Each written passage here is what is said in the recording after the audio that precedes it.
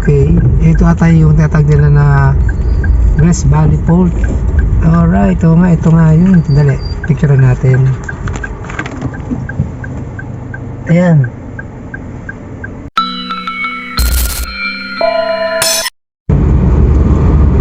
Okay, magandang gabi sa inyo mga kasolo.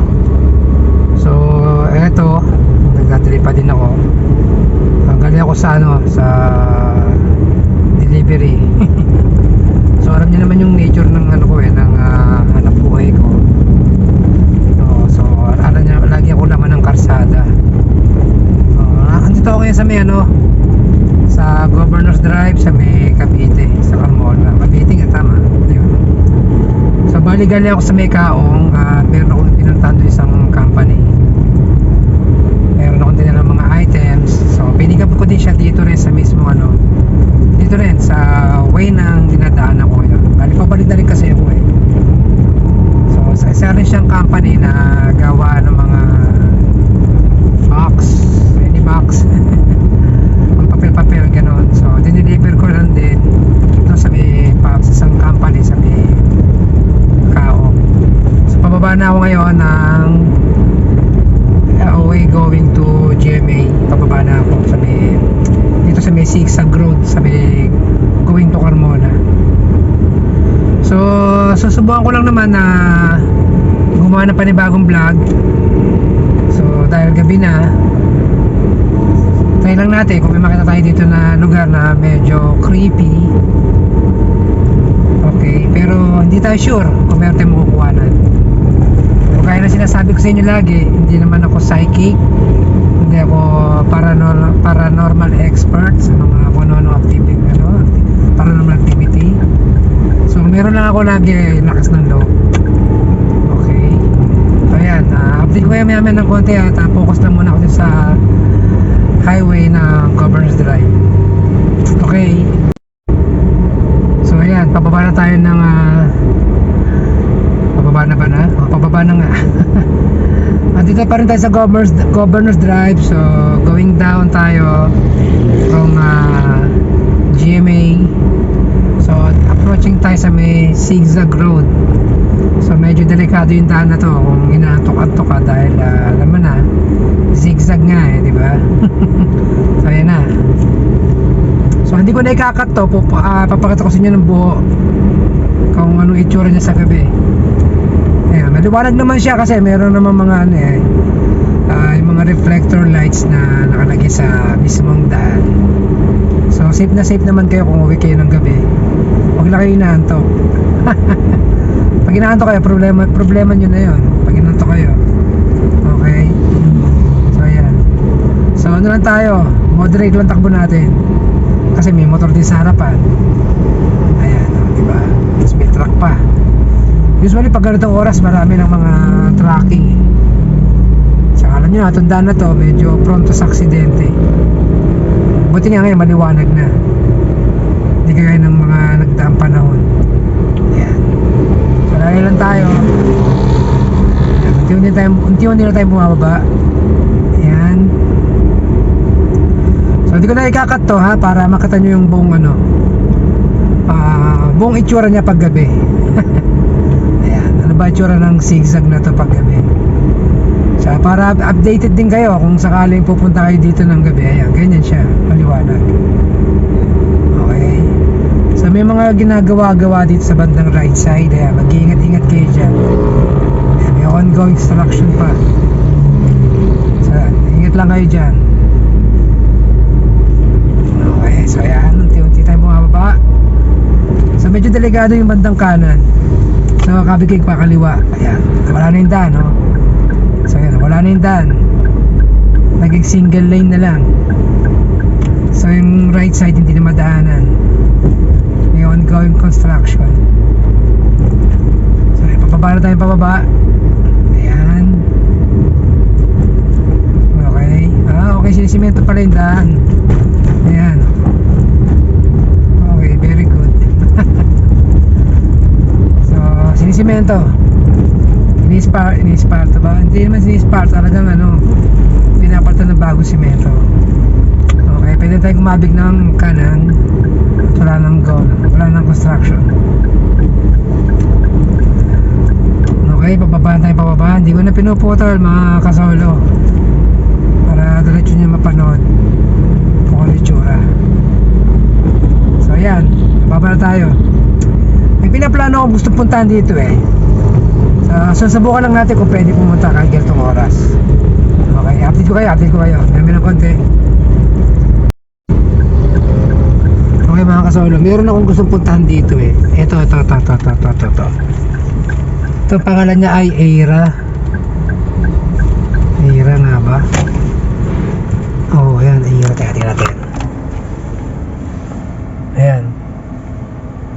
Aira. Okay. So mga kasolo, okay, medyo magiging mapangas tayo ngayong gabi. So time check, alas 9 na, 9:15. Okay, tama ba 9:15? Check natin. Oh, 9:17. So check natin kung anong makikita natin dito. So gabi na. Hindi tayo sure kung papayagan tayo pumasok dito, pero tutingnan lang muna natin. Baka parang hindi ata pwede pumasok Ay, pwede ba dumaan dito? Sir? Pwede dumaan dito? Saan punta, sir? Papuntang ano, ranch pa yun? Pwede. Thank you po.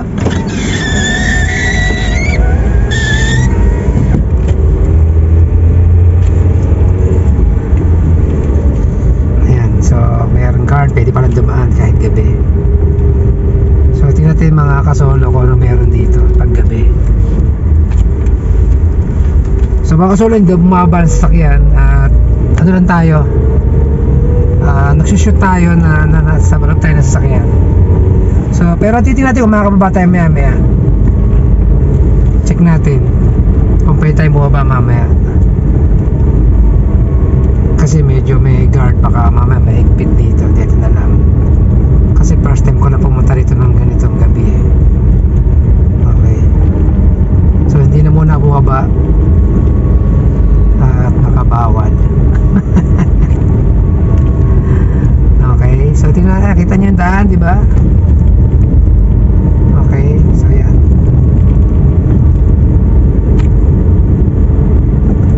So ano tayo, nagbablog tayo na nasa sasakyan. At hindi na muna bumaba, pero kung may makikita tayo na medyo something na kakaiba, bababa naman ako. So for safety, so hindi mo na bumababa.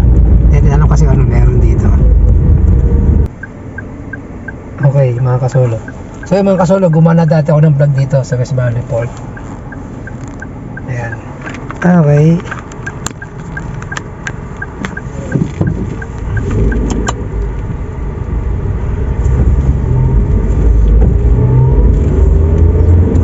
Ano meron dito.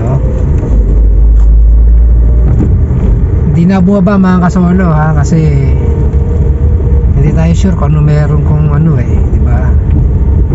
Ngayon lang ako pumunta ng gabi dito kasi, so medyo for safety na lang muna. Hindi mo na bumababa kasi along the road lang to. So baka mamaya bigla may tumigil sa atin nakamotor, di ba? So for safety na lang muna. Okay, so dire-diretso lang yung video ko, pero maya baka cut natin. Tingnan natin kung meron tayo matandaan na medyo something na kakaiba.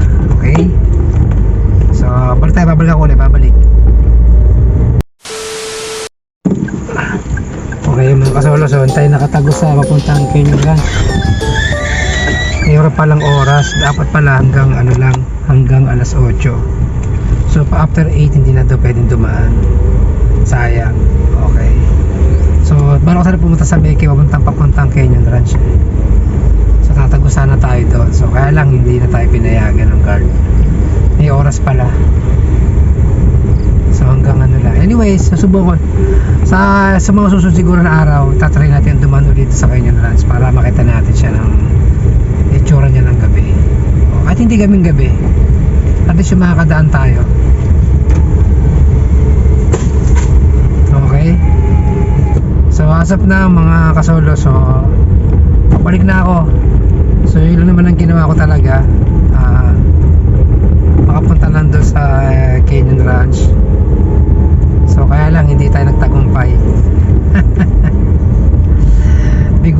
makakarating sa Canyon Ranch dahil may oras.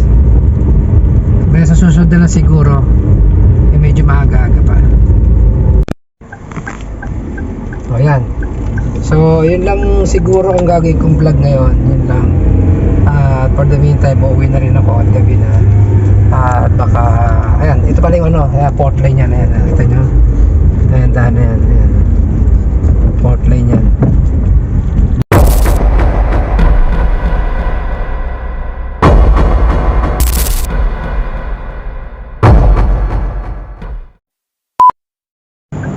Kaya mga kasolo, dyan tayo galing.